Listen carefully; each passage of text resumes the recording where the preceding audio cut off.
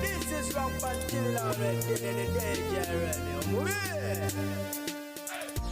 Bwentyo mbantu singa bulijjo abeera fifije Dennis akahagwanga ate hakuweereza mbanirizaako abalungi abagalwa bampuliriza era nembebazaako gyonna gye mutusizaako engalo olunaku olwaleero kansubire nti musibye bulungi nnyo nnyini ddala wabula nga sinaba kutwala mu ggulire lyaffe olunaku olwaleero nsookera ddala okubanga mbuuza ggwe wenna amanyi ku mukyala gwe nagenda maaso okubanga ate mbatuusaako oba olina nnamba ye oba ye mwennyini yampulira nkusaba obeere nga ate munange omwenyungako buteerevu ddala ng'okozesa ennamba eyo eyitaawo ku screen. Omukyala oyo eyali alajana olw'ettaka lye ng'agamba nti balitwala yasa waliwo omuzira kisa ayagala okubanga ate munange amukwatirako ate gwe atamutegeera nja kuba mukuzanyira awo akatambika mujikana gwerongera okubanga omwenyonyoka wabula nga ate mawulire gaffe ag'olunaku olw'eggulo genagenze maaso okubanga ate nkutuusaako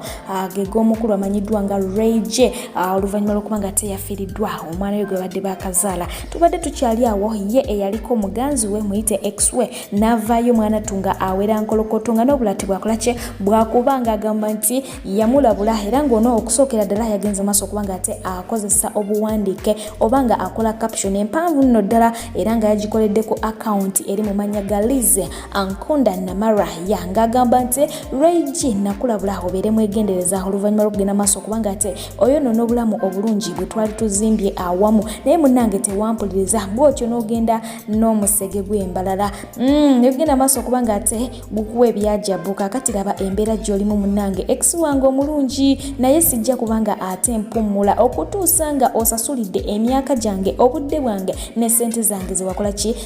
zewayonoona bw'atyo ye bw'atyo wagenze maaso okubanga ate awera nkolokooto n'agamba nti n'amaziga nago ge nakaaba sijja kubanga ate nkola ki ngeerabira ojja kubanga osasulwa okutuusa we nnaava mu nsi eno jjukira nti embeera eno agenze okubanga ate agiteekawo oluvannyuma lw'okuba nti omukulu ono afiiriddwako omwana we gwe twagenze maaso okubanga ate tubatusaako awo mawulire ag'olunaku olw'eggulo omukyalo oyo oluvannyuma lw'ebyokubanga ate abiwandiise bangi abamumanyi bamutuukiridde ne bagenda maaso okubanga ate bamubuuza biki bino by'okola wabula nga ate avuddeyo mwana tunga tasalikako musale.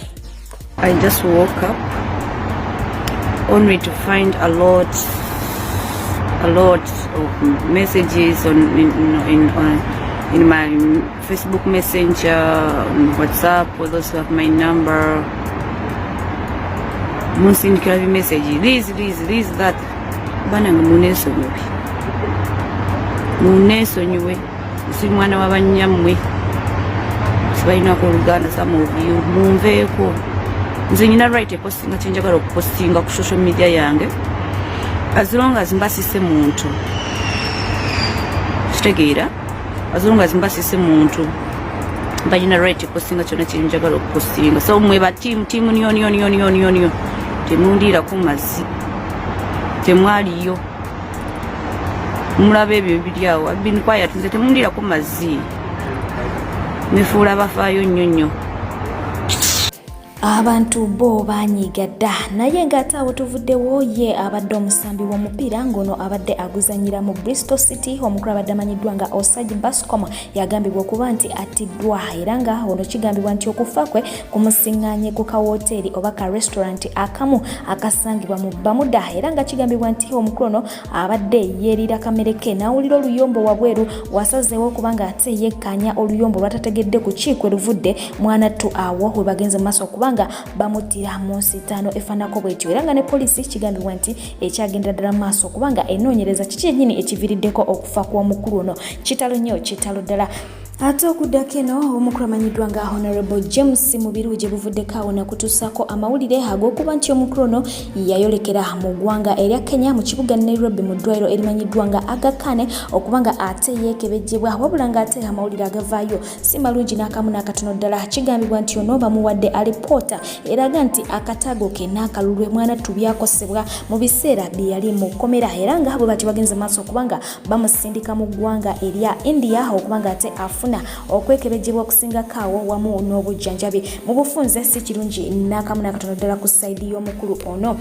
Mu kadeekeka mu bo ab'ekibiina kya National Unity Platform nga bano babaka mu paalamenti okuli omukulu amanyiddwa nga Honorable Alan Sewanyana wamu n'omukulu amanyiddwa nga Honorable Muhammad Segirinya olunaku olwaleero lwe balabiseeko mu kooti wabula ng'ate bagenze mu maaso okubategeeza nti balina okuddamu okukiika ennaku z'omwezi nga 5 January w'omwaka 2020 era nga bano bagenze mu maaso okuba ng'ate balabikirawo ku mukutu guno ogwa Zoom. Ensonga zaabwe nga bulijjo zituulamu omukyala amanyiddwa nga Shamimwa Malende. Ensonga leero kwevudde okuba nti ensonga zaabwe bazongezaayo b'omusango gwabwe bagwongezaayo kwe kuba nti omuwawaabi oba eyabawaabira oba abalumiriza okubeera abatujju abasi abakunzi byonna twala tugende talabiseeko mu kooti. Embeera bwetyo bwefaananye esaidi eyo so nga ate awonawo tuvuddewo okuddako mu disitulikiti eye Lwengo abantu abatannategeerekeka bagenze mu maaso okubanga ate babba waya z'amasannyalaze ku miti gy'amasannyalaze era nga gino bagirese ku ttaka. Kino nno kiviiriddeko abagakozesa okusoberwa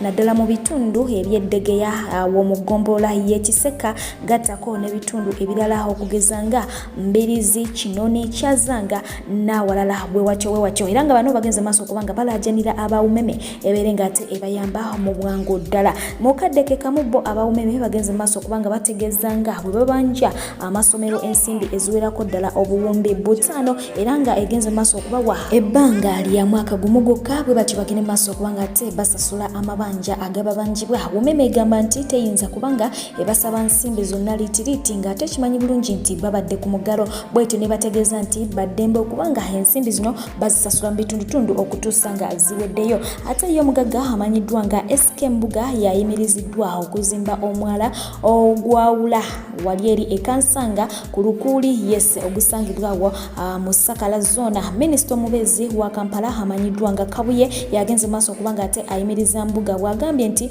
tasobola kukkiriza muntu sekinnoomu kuzimba mwala oba luguudo bwatyo n'ategeeza nti wakugenda maaso okubanga alagira aba KCCA bagende maaso okubanga bamaliriza oluguudo luno. Era ye RCC w'Emakindya omukyala amanyiddwa nga Doreen Kagabi agenze maaso okubanga agamba nti wakunoonyereza okuzuula kikyennyini ekyagenze maaso oba ekyagenda maaso okubanga kiremesa omwala guno okubanga gumalirizibwa obanga gukolwa. So nga ate ye omugagga SK Mbuga akalambidde n'abategeeza nti wakubanga akwatagana nabo okutuusa nga ekintu kino bakigusiza. Ate awo nga tuvuddewo kinajjukira nti eggwanga lya Kenya lyagenda maaso okubanga liwera amagi agava mu ggwanga lyettu Uganda era nga bano basalawo okubanga essira balisimba ku magi agava mu ggwanga eryabwe erya Kenya era nga bagamba nti kino bakikola okusobola okulaba nti bayimusa abalimi baabwe abaali bakoseddwa omuggalo oba abaali bakoseddwa ekirwadde kya COVID-19. Kakati no wetwogerera ye minisita w'ebyobulimi n'obulunzi omukulu amanyiddwa nga Frank Kajiji tumwebaze bwatyo asituse bwa ntogo era nayolekera mu ggwanga lyettu Kenya okubaako akafubo katulamu n'abeggwanga erya Kenya okusobola okulaba nti baddamu okuwa Uganda omukisa omulala ebeere nga efulumya amagi okugajja mu ggwanga lyettu Uganda gabeere nga gayingira mu ggwanga erya Kenya. Wabula ng'ate awo tuvuddewo waliwo abagambibwa okuba nti bakwatiddwa nga bafeera sukaali bano nga bagenda mu maaso okubanga bamukyusa ne bamuteeka mu kasawo akalala ate nga mwanattu kampuni eyo si yeyaabwe. Kansuubire nti ontegeera bulungi nnyo nnyini ddala. Kigambibwa nti abakamuli sugar workers bakwatiddwa nga bapaakinga sukaali mu nsawo ezitali zaabwe era nga bano beeyambisa ensawo z'akaliro sugars. Embeera nga bwotyo bwogirengera bwegenze mu maaso okubanga ate ekola ki efaanana esaidi eyo.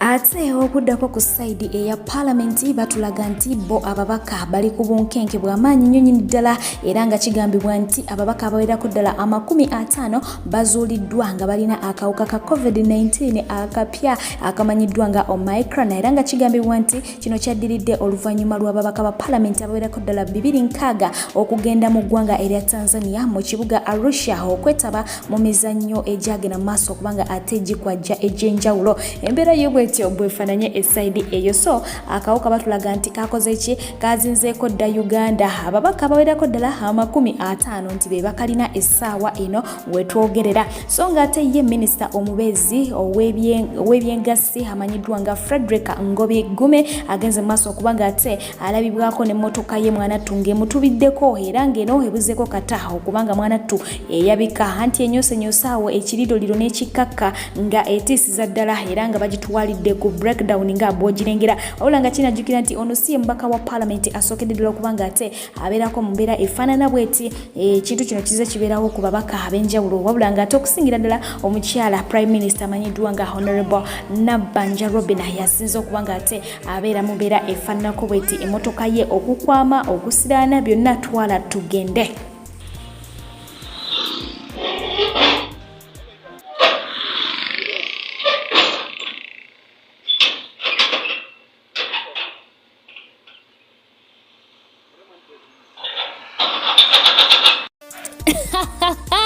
Bannayuganda abali mu ggwanga eri Amerika akambanjulire DJ Farouk omusabatuzi w'enguliko anti ono asabatula n'ebyenda ne bikwetokota yakuba enguliko kiggala n'awulira omuzibe n'alaba n'omulema n'atambula akuba ku mikolo egy'enjawulo omuli egy'amazaalibwa baby shower house party graduation n'emirala kamaala ate nga naawe atesetese ebivulu yakyasinziza ebyuma ebiri ku mulembe osobola omusanga mu kibuga California era nga n'ebibuga ebirala atuukayo musange ku namba y'essimu plus emu74 7252473 plus emu74 7252473 ye DJ Farouk ku Bay and Samu tokkiriza bagenyi bokwebowa.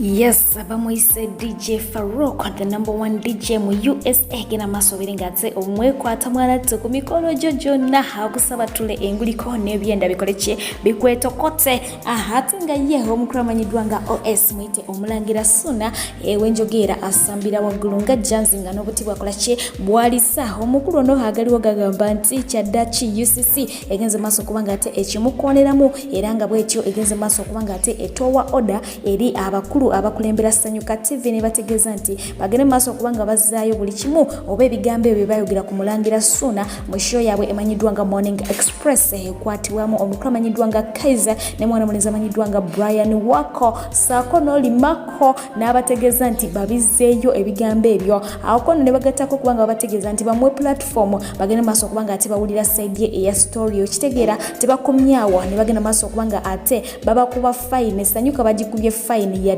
$520 era nga bwozizaako muze Uganda nga dola eyimiridde ku 135 kalinga kadde kamo n'emitwalo 82 so nga ate tebakomyawo bagenze maaso kubanga mwana tuba bategeeza nti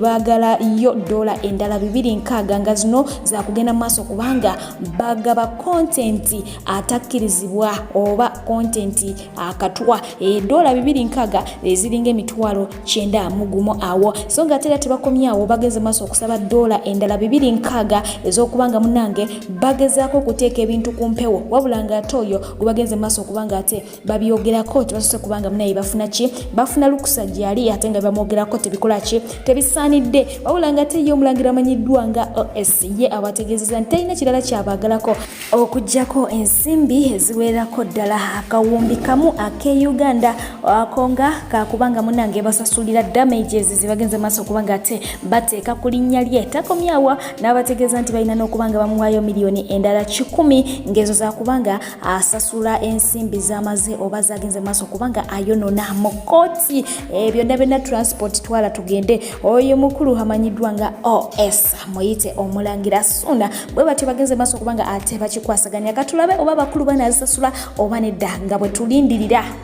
Nawe nga tuvuddewo kudda ku mukyala amanyiddwa nga Baby Itungo Kyagulanyi Yesa omukyala ono leero agenze maaso kubanga ate apostinga posti eri yennyini yeyesanyu mwana tunga asiima nnyo omukulu amanyiddwa nga Robert Kyagulanyi Center muyite Bobi Wine era nga agenze maaso kubanga ate atutegeeza nti we yali agenze eri mu kibuga London ekisangibwa mu UK okubanga ate atikkirwa ebyo yagenda maaso kubanga ate munange asoma fena twabiraba bulungi era tukwabitegeera omukyala ono agamba nti yagenda okudde wakanga muko muzibu naye yali takisuubira munange yatuuke wakanga wali abooluganda abako n'ab'emikwano bamaama bakojja basenga bonna abaana n'omwami nga bamuteekeddeteekedde akabaga kali kennyine super lubalula ya era ng'agamba nti yali surprise gyali okitegeera ng'omuko yayise nnyazaala yayise bonna abakoddomi nga bazze bagende maaso okubanga ate boozaayoza omukyala kwolwo olugendo lwe yali ayingidde olupya munange okubanga ate munange emitoma akoze ki agikubye olukumutwe wabula nga ate asinzidde waleeri ku mukutu gwe ogwa Facebook nagenda maaso okubanga ate abasiima bonna abasobola okubanga bakiika ku lunaku olwo n'asiima nebba mwennyine Ate awo nga tuvuddewo okuddako ku taata w'omukyala amanyiddwa nga Rihanna. Yes, kinajjukira nti ennaku entonotono awo emabega awo omukulu ono yagenda maaso okuba nga ate yeesoga eggwanga lyattu Uganda era nga mwali nnyo nnyini ddala omukulu oyo amanyiddwa nga Ronald Fenty yagenda maaso okuba nga ate ayingira eggwanga lyattu Uganda wabula nga ate wenjogera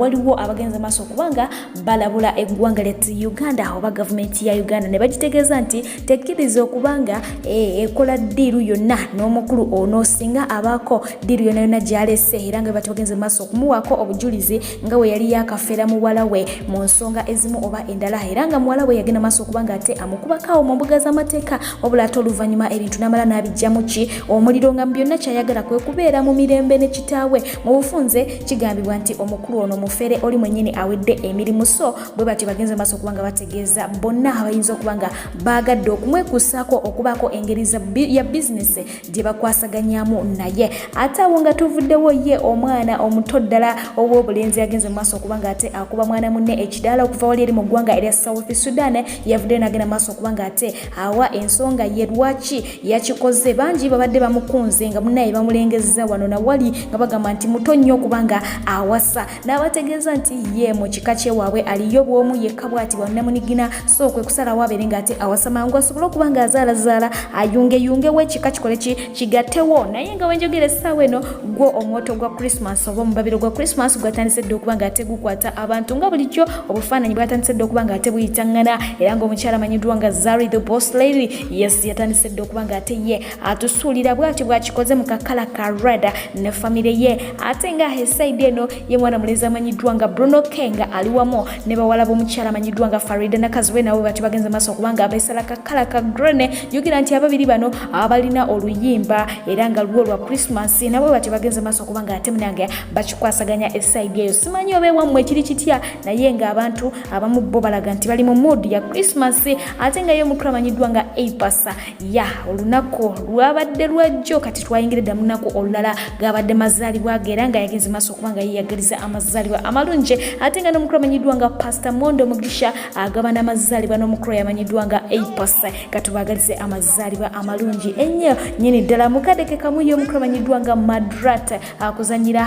omukulu amanyiddwa nga Chiko azanya ne Madrat naye bw'atyo yagenze maaso okuba nga ate ategeeza mukyala we nti ku lunaku luno olw'amazaalibwa ge lwe lunaku lwokka lwayinza okuba nga ate munange amulagamu butya bw'amwagala era nga yagenze maaso okuba nga amuyira omuhabbati naawo ku social media ng'amwagaliza amazaalibwa amalungi n'amwebaza okuba nti munange yamuyamba ne yeezuula ye nga ye omwami byonna byonna bye yatasobola kuba nga yeerabamu omukyalo ne yagenda maaso okuba nga ate amuyamba okuba nga akola ki abizuula muzikiriza embeere ng'ate mbeerekereza mu ddakiika eno yennyini atakomera mpeera bankomire musule bulungi mbaagala nnyo mweraba pozi n'ekirala omukyala oli gwe nabategeezezzaako wali mu kusookera ddala ya oyo alabikira awo mu katambi yenna amumanyi oba nga naawe ompulira genda mu maaso biri ng'ate onkonako ku namba yange ey'essimu waliwo omwami agamba nti ali more than ready okuba nga ate akuyamba osobole okuba nga otaasa ettaka lyo wabula ng'ate era mukadeke kamu era kuba nga mbalekerako wano eno embeera eri wali eri ku immigrations office abantu passport zifuuse passport bwe batyo kamberekereze nate era omulundi ogwokubiri mbaagala nnyo mubeere bulungi mweraba kino sikirabanga yamala akirabe mbadde ndowooza nkedde nnyo mbadde ndowooza olukera lwenkedde olwala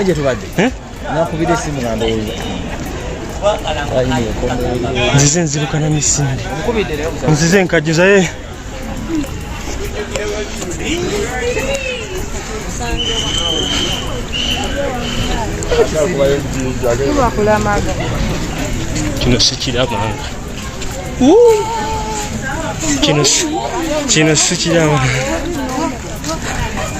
kino sikirabanga kino sikirabanga tekiyinza butagenda ku mutimbagano ruhanga omwisi kino tekiyinza butalinnya ku mutimbagano tekisoboka kino tekiyinza butagenda ku mutimbagano nze mbadde manyi nkedde nnyo eno tebaliyo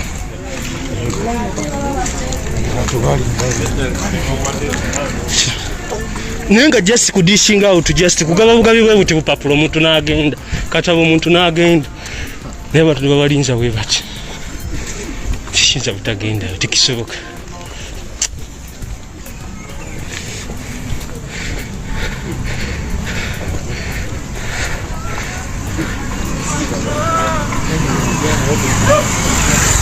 tikisoboka bana basajja balina okweddako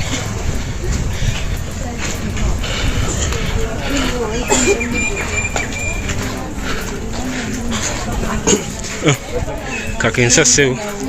layini eno gyekoma ogirabye eno gyekoma era nze ensembeyo emabega eno yona layini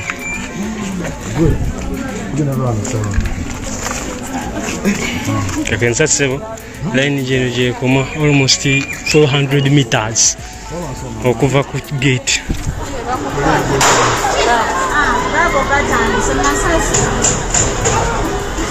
awo bakunyiga olugi